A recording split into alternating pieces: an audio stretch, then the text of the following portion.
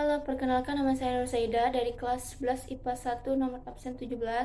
Saya akan menceritakan sejarah perjuangan diplomasi dalam perjanjian Renville.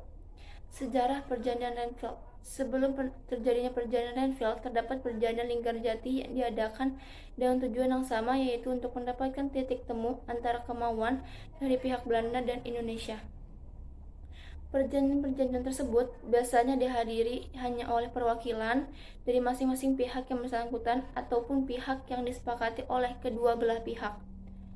Latar belakang Perjanjian Renville. Perjanjian Renville adalah perundingan yang terjadi akibat pengkhianatan atau pengingkaran kesepakatan yang dilakukan Belanda terhadap hasil kesepakatan di Perjanjian Linggarjati. Berdasarkan hasil Perjanjian Linggarjati, daerah Indonesia yang diakui Belanda meliputi Jawa, Sumatera, dan Madura. Namun, setelah 4 bulan dari ditandatanganinya Perjanjian Linggarjati tersebut, Belanda menyatakan dirinya sudah tidak terikat lagi dengan Perjanjian Linggarjati. Bahkan, sebelum pernyataan keterikatan tersebut dikemukakan, jauh sebelum itu Belanda sudah memulai mengencarkan aksinya dalam upaya menguasai kembali daerah kedaulatan Indonesia saat itu. Tepat pada tanggal 21 Juli 1947, agresi militer Belanda I dilancarkan sehingga menyebabkan konflik kembali memanas antara Indonesia dan Belanda. Konflik yang semakin memanas itu pun mengarahkan pada upaya perdamaian secara diplomasi, yaitu pada perundingan Renville. Selain itu, untuk menegakkan konflik yang ada, Indonesia meminta bantuan kepada Dewan Keamanan Perserikatan Bangsa-Bangsa. Alhasil, PBB membentuk sebuah komisi perdamaian yang terdiri atas 3 negara dan dikenal dengan nama Komisi 3 Negara atau KTN. Ketiga negara tersebut ditunjuk sebagai penengah yang mewakili masing-masing negara, di mana Indonesia memilih Australia, Belanda memilih Belgia, dan sedangkan Amerika Serikat ditunjukkan berdasarkan kesepakatan antara dua belah pihak, Indonesia dan Belanda.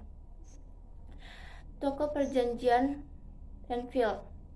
Delegasi Indonesia dalam Perjanjian Renville diketuai oleh Perdana Menteri Amir Syarifuddin dan Johannes Laimena bertindak sebagai wakil, dan pihak Belanda diwakili oleh Kolonel KNIL Abdul Qadir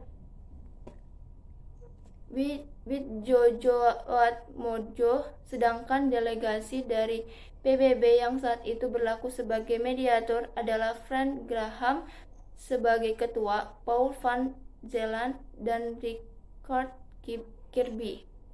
Isi Perjanjian Renville. Perjanjian Renville membuat Belanda makin berkuasa atas wilayah yang luas, sedangkan hal itu membuat Indonesia memiliki wilayah yang semakin sedikit dan merugikan bagi Indonesia. Berikut adalah hasil dari Perjanjian Renville, memiliki beberapa isi sebagai berikut.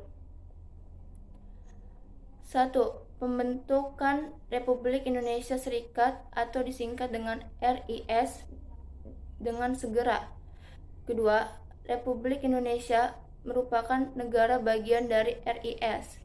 Yang ketiga, Belanda tetap menguasai seluruh Indonesia sebelum RIS terbentuk.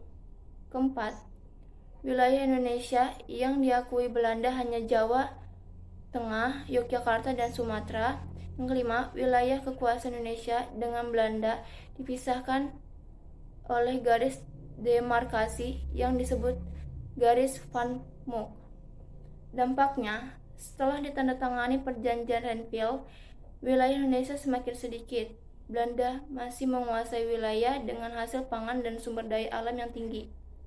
Belanda masih terus mencegah masuknya makanan dan senjata pada wilayah perjanjian. Perjanjian Renville ini buruk dan merugikan bagi masyarakat Indonesia. Setelah Perjanjian Renville ditandatangani, TNI akhirnya melakukan perpindahan dari wilayah yang dikuasai sebelumnya. Salah satunya adalah ribuan tentara dari divisi Siliwangi di Jawa Barat melakukan perpindahan ke Jawa Tengah, peristiwa disebut Long March Siliwangi. Terima kasih.